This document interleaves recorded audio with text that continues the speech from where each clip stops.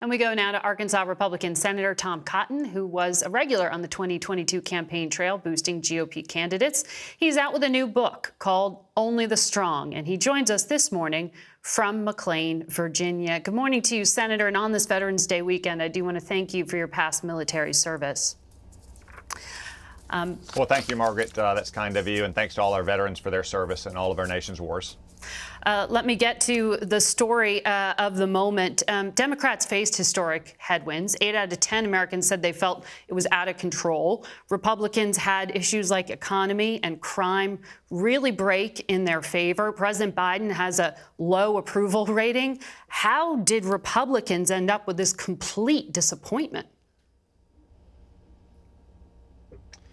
Well, Margaret, I wouldn't say it was a complete disappointment. On the one hand, we had strong Republican leaders running on positive records of accomplishments who won very big victories. If you look at governors like Ron DeSantis in Florida, Brian Kemp in Georgia, Mike DeWine in Ohio, Kim Reynolds in Iowa, Greg Abbott in Texas. We had senators with the same victories like Marco Rubio in Florida and Tim Scott in South Carolina, Ron Johnson in Wisconsin. But on the other hand, obviously, we hoped that we would have won more seats. I think the lessons in our victories can be applied to some places where we came up a little bit short. We need to focus on serious substantive accomplishments and issues like crime, like our wide open border, like addressing runaway inflation. Even in places where we came up a little bit short, like Lee Zeldin's race for governor in New York, he performed very well compared to Republicans in recent elections, and he probably helped save the House of Representatives by bringing 4 new Republican congressmen-elect across the finish line in New York. So I think we have lessons in the places we had victories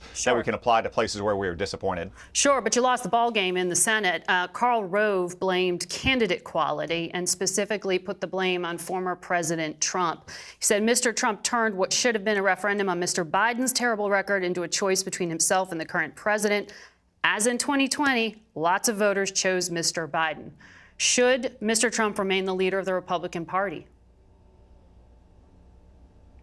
Well, Margaret, when any party is out of power, as Republicans are now, we don't have a single leader. The former president is obviously very popular with many of our voters, but we also have important other leaders as well, like some of those victors I just mentioned earlier, like Brian Kemp in Georgia, Ron DeSantis in Florida. Last year, you had Glenn Youngkin have a great victory in a bluish Democratic state like Virginia. I hope to remain a leader in the United States Senate as well, in addition to people like some of those I just mentioned who are reelected, like Tim Scott. So when you're in opposition, you don't have a single leader. That won't be the case until we're through the 2024 nominating season and we have a new nominee. You said you're not going to run for president in 2024. The former president says he intends to announce he's running on Tuesday. Should he be the automatic nominee or should he face a primary? Well, Margaret, since I opted against being a candidate in 2024, I don't plan to be a pundit or a strategist in 2024. Well, you just threw out a whole bunch of names of guys who might be running for president, Senator.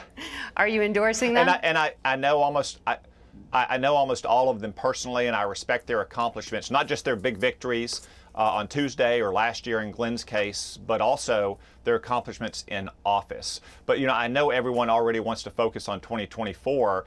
I just want to remind everyone that we're still in the middle of the 2022 midterm because we're in overtime in Georgia. And the most important thing we can do is elect Herschel Walker to make sure that we can keep the pressure on Democrats in the Senate not to veer far to the left as they have over the last 2 years. That's why I think everyone should remain focused for these next 3 weeks. Should leadership elections in the Senate be delayed until December?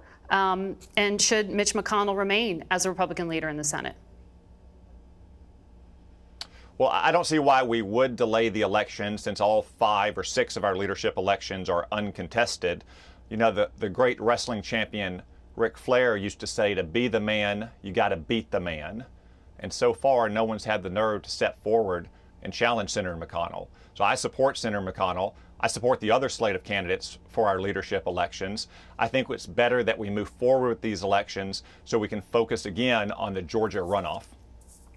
All right. I want to ask you as well about what will be a consequential meeting tomorrow between President Biden and President Xi Jinping of China. They're face-to-face of the Biden presidency.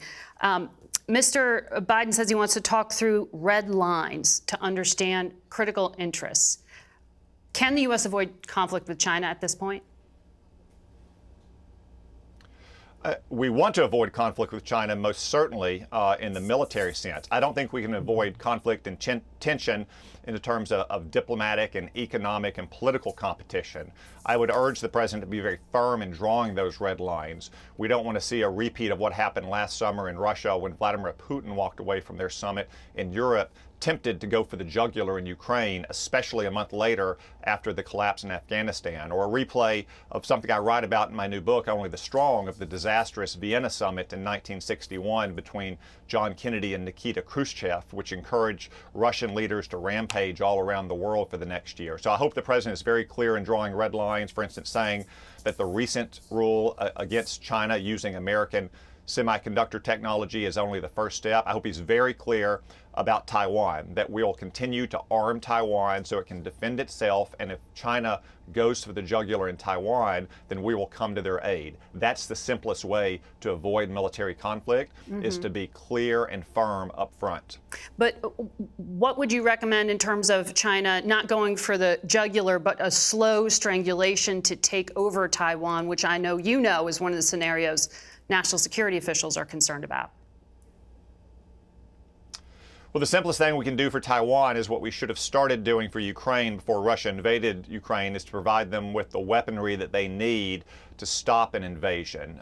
It's urgent that we do so now because, unlike Ukraine, Taiwan is an island, which means China could blockade it and we might not be able to resupply them once China might start military conflict. So it's urgent that we accelerate arms sales to Taiwan, the kind of anti-ship, anti-aircraft missiles, and sea mines that they need to fend off a potential evasion from the communist Chinese. Yeah. With China, it's a hard problem set because, as you know, our economies are so interlinked. iPhones are made in China. We learned during the pandemic how dependent we are on the supply chain. They own an enormous amount of U.S. debt. You're arguing to separate the two economies, but people like Hank Paulson of the Bush administration have said that'll end up with a less stable world with really dangerous economic forces here. How do you possibly do that?